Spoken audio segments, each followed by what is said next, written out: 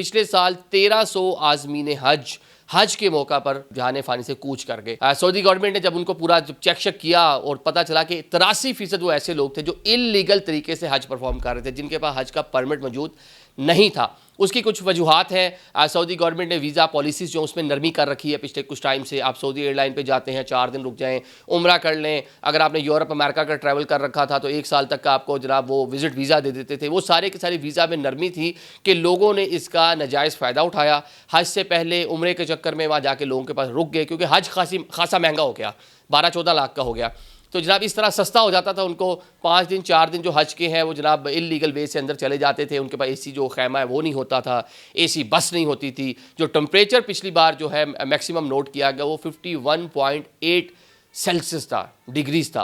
मतलब इतना ज़्यादा टेम्परेचर, उसमें कोई एक आम शख्स जो है वो 3-4 दिन इस तरह की एक हैवी मुशक्क़त, हज को तो अल्लाह ताला कहता है कि मुशक्क़त है, अगर वो करेगा तो उसका कैसे मतलब बच पाएगा, इंसानी बॉडी कैसे उसको जो है वो उसमें जो है वो कह लें कि ठीक रह पाएगी।